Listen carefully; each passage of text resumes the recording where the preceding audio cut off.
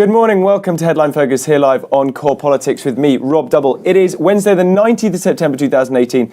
Let's have a look at what's making the political news to start this morning. And to begin, a big report yesterday which came through from the Migration Advisory Committee saying many different headlines which have been reported in many different ways across the media. But just to give you a bit of a backdrop, the Migration Advisory Committee, it's an independent public body advising the government on policy. In this report specifically, it was to do looking at the impact post-Brexit of what's going to happen on immigration and perhaps what could happen as some advice as to the best course of action for the government in Brexit circumstances.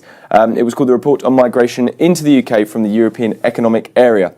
Now, what are the key headlines from this that you'll see across the news outlets? The first one is no preferential treatment for EEA citizens. So post-Brexit, in a post-Brexit landscape, the direct quote is, if immigration is not to be part of the negotiations with the EU and the UK is deciding its migration system in isolation, we recommend moving to a system in which all immigration is managed with no preferential access to EU citizens. Effectively, the immigration structure of the UK would go for everyone across the world who wants to come to the UK will be treated in an equal way, not according to the geographic locations or any kind of deals which we have with the respective companies. It'll all just be totally even keel. Goes on further to say EEA migration as a whole has not harmed the existing resident population overall, as has been claimed by some, but also has not had the significant benefit claimed by others. So it's quite an interesting report, very comprehensive, very thorough, but coming up with some really big hitting conclusions, which in the context of immigration as a political issue, but also the Brexit referendum campaign as well, particularly with immigration being such a key point within the domestic agenda to do with Brexit. Very interesting stuff. Potentially the government will take this forward, but of course we haven't heard necessarily what they're going to be actioning according to this report. The second aspect of this is that the UK should move away from schemes for low-skilled migration. So again, the report says, we do not see the need for a work-related scheme with the possible exception of seasonal agricultural workers. So aka those on low-skilled, who are low-skilled workforce should not be given a scheme or should not have, again, mechanisms of getting into the UK with great ease or working in the UK and the UK economy with great ease, with the exception of agricultural workers on a seasonal basis. Again, that's very interesting. Conversely, though, the third point which I've identified is they recommend, the Migration Advisory Committee recommend scrapping the high-skilled cap called Tier 2 visas for skilled migrants, so people who are seen to have a very high skill or skill level. They argue that they provide a positive contribution to the public finances and that the cap is arbitrary and you should be allowing more people in. So really, some really big hitting conclusions there. Have a read of it if you're interested in more of it. But in terms of the outline headlines, expect to see this being coming up again and again as immigration's discussed post-Brexit, and indeed as the government comes forward with a actual plan as to what's going to be happening post-Brexit as well.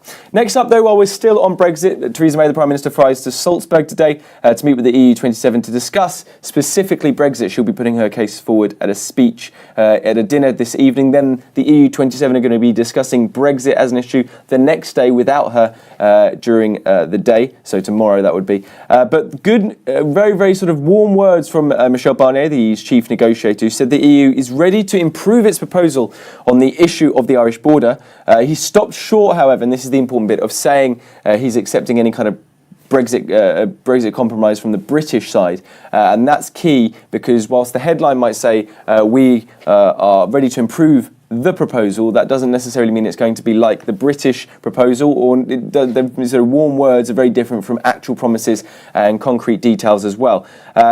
The idea behind this, though, is that this gives fresh momentum for Theresa May when she urges EU leaders first to support Chequers and second to resolve the issue of the frictionless border in Ireland and the discussions around the backstop and what the backstop should look like if an agreement's not found. Brussels, of course, wants to keep Northern Ireland aligned with Europe and there have to be a border in the Irish Sea, effectively, between the UK mainland and Northern Ireland as a backstop scenario. Customs checks carried out, between Northern Ireland and the rest of Britain. Theresa May has said totally unacceptable. Also, the DUP propping up Theresa May in government through an agreement have also said that's completely unacceptable as well and something they would not agree to. So the whole important aspect of this is whether there's going to be compromise in Salzburg. There's likely to be a further Brexit summit later in November, which will be confirmed during this meeting. But here is important because the EU27 will give their hints as to where individually their thoughts are, but also as a collective head of state body, as opposed to the EU Commission, what their thoughts are.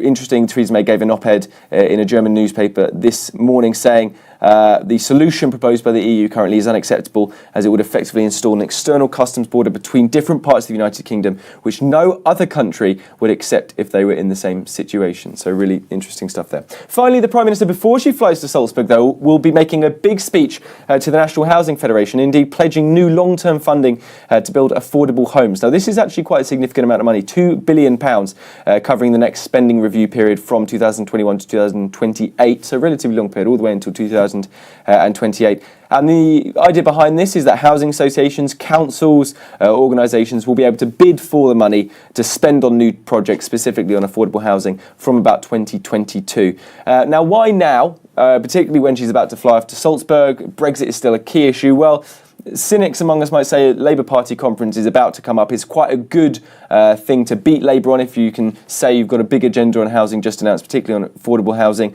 Housing associations reported today are delighted, saying the pledge is a total step change, according to Politico newsletter this morning. Labour, though, saying the announcement fell far short of what was needed for the social housing sector. That's pretty much it for today. You're up to date. Don't forget you can find all the latest on what I and Core Politics is doing on our Facebook page and Twitter right here. And you can find me on Twitter at RJHDouble. I'm going to be at conference next week, so bringing you all the latest what's going on in the Labour Party and, of course, UK-wide news. Won't be on tomorrow or Friday, but indeed back again to start the week on Monday. But from me and all the team here at Core London, have a fantastic weekend ahead. See you all the way over from the Labour Party conference on Monday.